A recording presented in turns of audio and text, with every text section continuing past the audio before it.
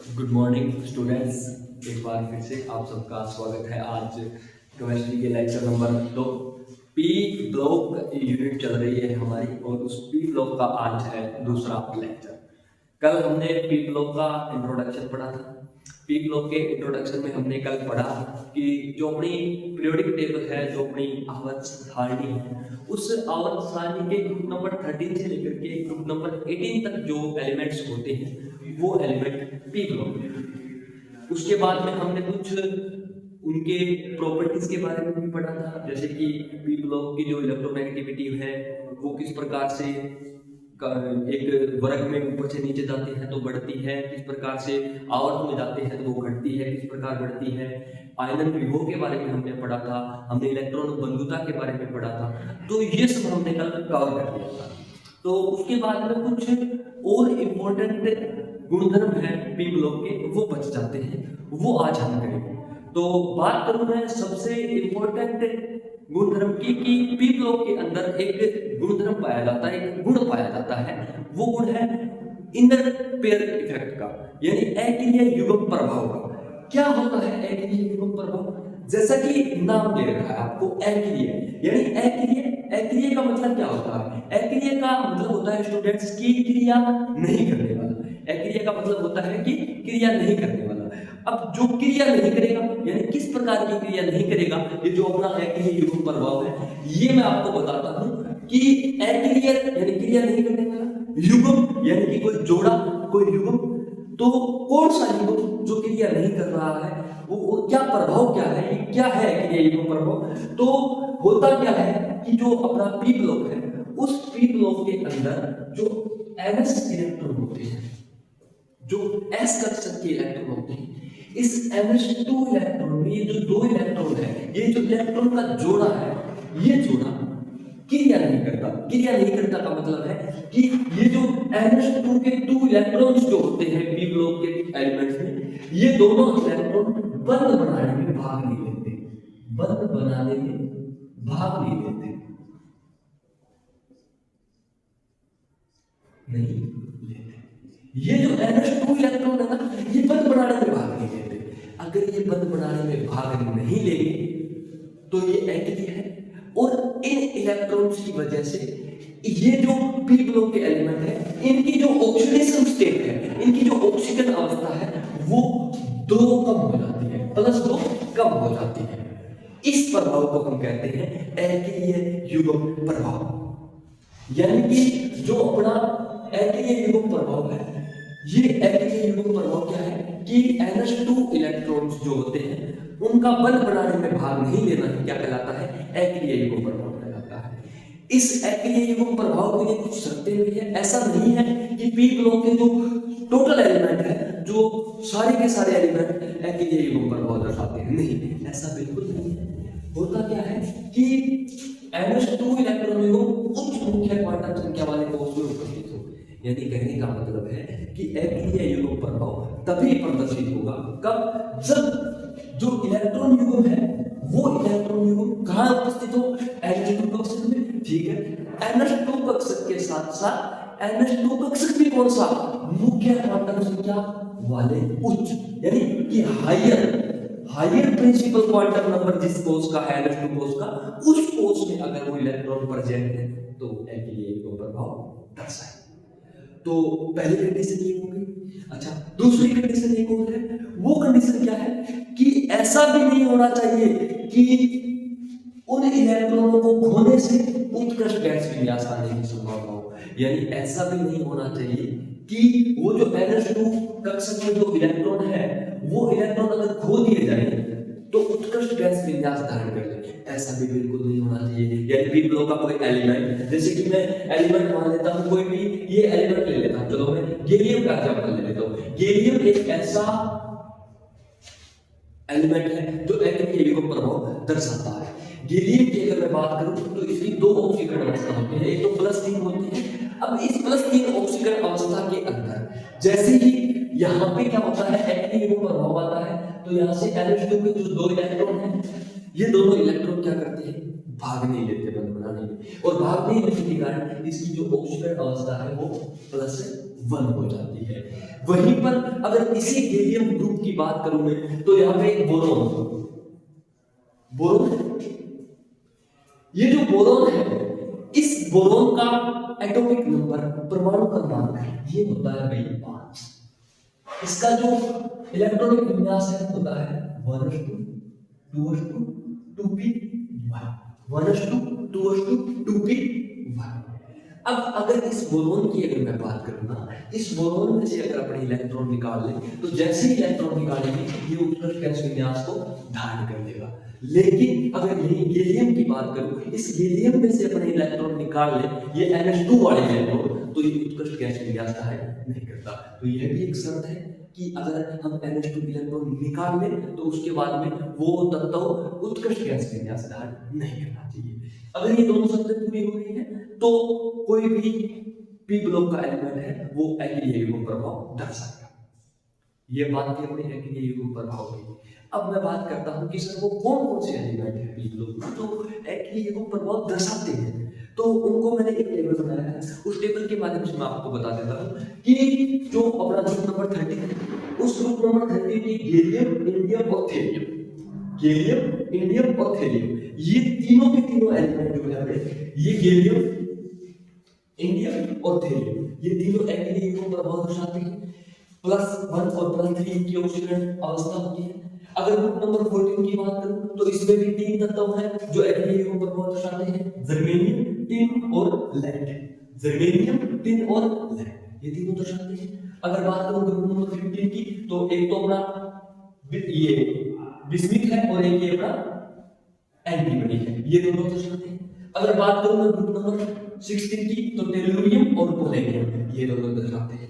तो सर आपने तो सिर्फ 13, 14, 15 और 16 4 ही ग्रुप की बात करी है, और हम जानते हैं कि पी ब्लॉक तो ग्रुप नंबर 17 और ग्रुप नंबर 18 ये दोनों भी पी ब्लॉक में शामिल है। हाँ बिल्कुल, ये दोनों पी ब्लॉक में शामिल तो है, लेकिन इन दोनों ग्रुप के जो एलिमेंट्स हैं वो अक्रिय युग्म प्रभाव नहीं दर्शाते हैं। क्यों नहीं दर्शाते हैं? क्योंकि वो इन दोनों कंडीशंस का पालन नहीं करते। तो ये बात थी अपनी अक्रिय युग्म प्रभाव की। ये क्या होता है अक्रिय युग्म प्रभाव, किस प्रकार के एलिमेंट अक्रिय युग्म प्रभाव दर्शाते हैं। ये क्वेश्चन लास्ट ईयर अपने आपके बीएससी फर्स्ट सेमेस्टर में आया था कि अक्रिय युग्म प्रभाव किसे कहते हैं बताइए। आप सीधा सा बोलोगे कि पी ब्लॉक के कुछ एलिमेंट्स कौन से, वे एलिमेंट्स जो उच्च आवर्त संख्या वाले होते हैं, वे एलिमेंट्स उनके NH2 इलेक्ट्रॉन जो होते हैं वो बंद बनाने में भाग नहीं लेते। इस प्रकार के प्रभाव को अक्रिय युग्म प्रभाव कहा जाता है। अब बात करते हैं अपने एक और नए इसकी प्रॉपर्टी की, पी ब्लॉक की प्रॉपर्टी, वो है संकलन प्रॉपर्टी। कौन नहीं जानता इस बात को कि संकलन प्रॉपर्टी क्या होती है? आप हर कोई जानते हैं। संकलन का मतलब होता है श्रृंखला बनाना। बचपन में आपने बहुत बार एक गेम खेला होगा जिसमें छोटे छोटे बच्चे हैं, एक दूसरे के पीछे से टी शर्ट पकड़ते हैं, उससे आगे वाला उसके पीछे से टी शर्ट पकड़ता है, ऐसे करके एक लंबी चैन बनाते हैं। वो जो चैन वाला गेम है, उसी प्रकार से ये जो एलिमेंट्स हैं, जैसे कि कार्बन के साथ बॉन्ड बना लेगा, फिर वो कार्बन एक और कार्बन के साथ, वो कार्बन किसी और कार्बन के साथ, यानी पी ब्लॉक के जो एलिमेंट है एक से दूसरे एलिमेंट के साथ जुड़ते जाते हैं और अपनी एक श्रृंखला बनाते जाते हैं। उस प्रवृत्ति को, उस गुण को हम कहते हैं संकलन प्रवृत्ति या संकलन का गुण। पी ब्लॉक के जितने भी एलिमेंट हैं इनमें श्रृंखला का गुण पाया जाता है, लेकिन मुख्य रूप से 3 ही एलिमेंट में पाया जाता है। गुण तो सब में पाया जाता है थोड़ा, लेकिन उन जैसे कि मैं बात करूं ऑक्सीजन O3, ओजोन कौन नहीं जानता, ओजोन गैस जो है O3, ये संकलन प्रॉपर्टी है, यानी ऑक्सीजन की संकलन प्रॉपर्टी है, O3 बनाता है, लेकिन ये स्टेबल नहीं है। स्टेबल कौन कौन है? एक तो कार्बन। अरे कार्बन की श्रृंखला प्रवृत्ति के बारे में तो आप पूछो ही मत। कार्बन की संकलन प्रवृत्ति इतनी अधिक है कि रसायन विज्ञान की एक शाखा ऑर्गेनिक केमिस्ट्री, कार्बनिक रसायन, वो क्या है? अरे ऑर्गेनिक केमिस्ट्री है क्या? ऑर्गेनिक केमिस्ट्री क्या है सर? हाइड्रोकार्बन्स के बारे में। अरे हाइड्रोकार्बन से क्या होती है सर? हाइड्रोकार्बन्स मिलकर एक श्रृंखला बना लेते हैं, कार्बन की चैन बन जाती है। अरे सर बहुत सारे सोडियम पोटेशियम लवण होते हैं, साबुन बन जाती है 36, 17, 35, ये सब क्या है? ये सब ऑर्गेनिक केमिस्ट्री क्या है? ये ऑर्गेनिक केमिस्ट्री पी ब्लॉक का एक एलिमेंट कार्बन, उस कार्बन की श्रृंखला की प्रवृत्ति है, वही सब क्या है? ऑर्गेनिक केमिस्ट्री है। ये ऑर्गेनिक जो अपनी केमिस्ट्री है वो कहां पर डिपेंड करती है? पूरी की पूरी इस कार्बन की श्रृंखला प्रवृत्ति पर डिपेंड करती है। यानी कि पी ब्लॉक का एलिमेंट कार्बन सबसे ज्यादा श्रृंखला बनाता है, इतनी श्रृंखला बनाता है कि पूछो ही मत, रसायन विज्ञान की एक ब्रांच बना दी गई है ऑर्गेनिक केमिस्ट्री। एग्जाम्पल के तौर पर कार्बन के यौगिक बेंजीन ले लो, अपना बेंजीन के बाद में कोई भी ये प्रोपेन ले लो, ब्यूटेन, पेंटेन, अरे कुछ भी ले लो रे, एथेनॉल, मेथेनॉल, प्रोपेनॉल, अरे कुछ भी ले लो। कार्बन बहुत बड़ी बड़ी चैनें बनाते हैं, कार्बन के यौगिक बहुत बड़ी बड़ी श्रृंखला बनाते हैं। यानी कहने का मतलब कार्बन के यौगिकों में श्रृंखलन की प्रवृत्ति पाई जाती है, पी ब्लॉक के तत्वों में श्रृंखलन की प्रवृत्ति पाई जाती है। ठीक है, अब बात करूं मैं कि सर और कौन से एलिमेंट है पी ब्लॉक के जो श्रृंखला बनाते हैं, तो इसके बाद में बात करता हूं मैं सिलिकॉन। सिलिकॉन के भी अपने श्रृंखला का गुण पाया जाता है और इस प्रकार से सिलिकॉन के भी श्रृंखलन यौगिक पाए जाते हैं। उसके बाद में बात आती है, एक इंपॉर्टेंट है सल्फर।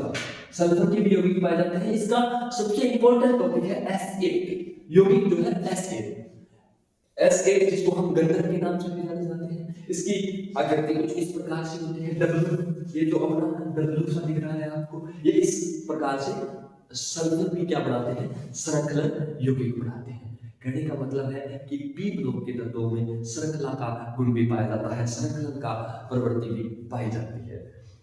और अब बात करता हूं मैं इसकी आगे की एक और गुण की, वो होता है मेटालिक प्रॉपर्टी, धात्विक गुण। पी ब्लॉक के जो तत्व हैं उनमें धात्विक गुण भी पाया जाता है। अरे धात्विक गुण का मतलब है कि पी ब्लॉक के जो तत्व हैं वो धातु भी होते हैं, यानी कि उनमें धातु के जैसे गुण भी पाए जाते हैं। क्यों नहीं पाए जाते?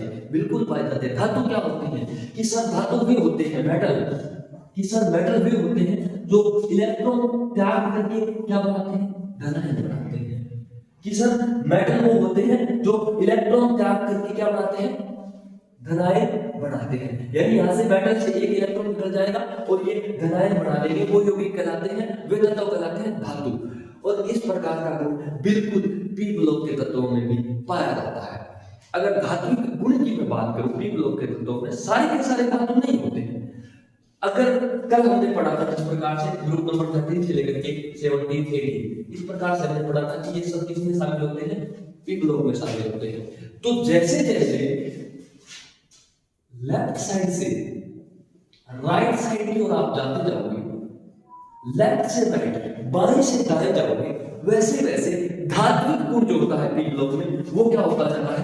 धात्विक गुण लेफ्ट से राइट, बाएं से दाएं, बाएं से दाएं जाने पर धात्विक गुण जो होता है वो क्या होता है? कम होता जाता है। यानी कहने का मतलब है कि जैसे जैसे लेफ्ट से राइट की ओर निकलते जाओगे वैसे वैसे धात्विक गुण कम हो जाएगा।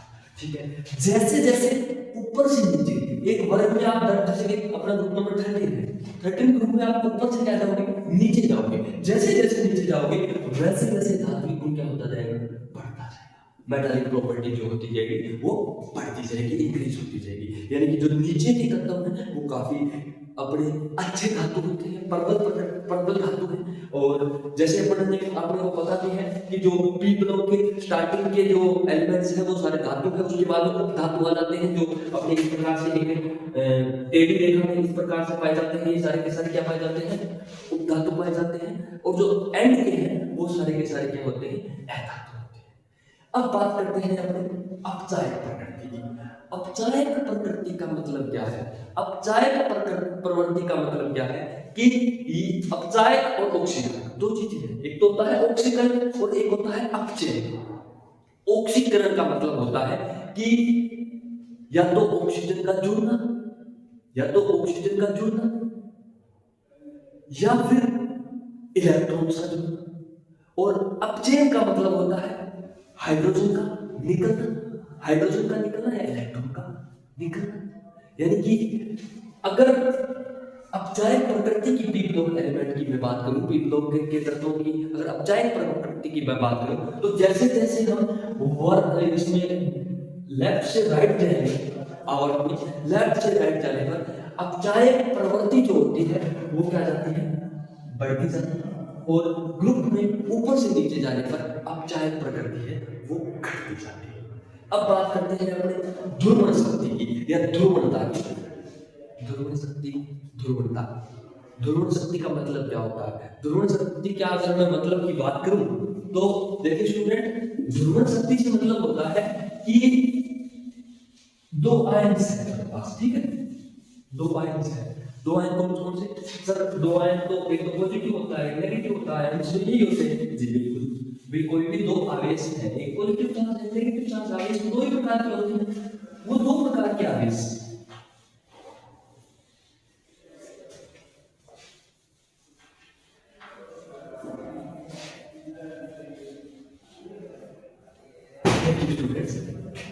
अपने पास कोई एक एलिमेंट है, उसके ऊपर क्या है, पॉजिटिव चार्ज है, और एक दूसरा एलिमेंट है, उसके ऊपर क्या है, नेगेटिव चार्ज है। एक पे पॉजिटिव चार्ज है, एक पे नेगेटिव चार्ज है। इसका मतलब है इसके पास क्या है, इलेक्ट्रॉन की कमी है, इसके पास क्या है, इलेक्ट्रॉन अधिक है। इसके पास इलेक्ट्रॉन ज्यादा है, उस पे नेगेटिव चार्ज, इस पे इलेक्ट्रॉन कम है, उस पे पॉजिटिव चार्ज। बेसिक सी बात है, इसमें कुछ लॉजिक वाली बात नहीं।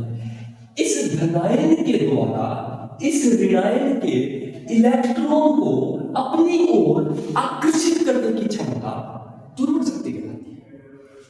इस धनायन के द्वारा इस ऋणायन के जो इलेक्ट्रॉन है, उन इलेक्ट्रॉन को अपनी ओर आकर्षित करना, अपनी ओर खींचना, इस खींचने की जो शक्ति है, वो प्रवृत्ति जो है, वो ध्रुवण शक्ति कहलाती है। यानी कि जैसे ये इलेक्ट्रॉन खींचेगा तो ये कुछ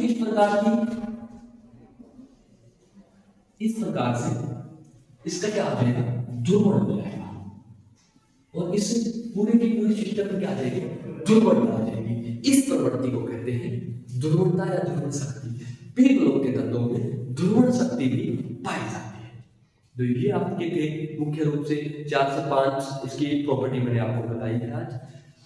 कल हम आगे पढ़ेंगे, कल हम पढ़ेंगे कि जो पी ब्लॉक एलिमेंट है, जिसमें कि बोरोन फैमिली है, कार्बन फैमिली है, इनकी जो हैलाइड्स है वो किस प्रकार के होते हैं, इनके हाइड्राइड किस प्रकार के होते हैं, किस प्रकार से ये बनाना बॉन्ड 3C2 इलेक्ट्रॉन बॉन्ड बनाते हैं, किस प्रकार से ये B2H6 बनता है, BF3 क्यों बनता है, BF3 किसकी प्रेजेंस में बनता है। तो ये सब पढ़ेंगे हम नेक्स्ट पार्ट में। तब तक के लिए आप सबका बहुत बहुत धन्यवाद।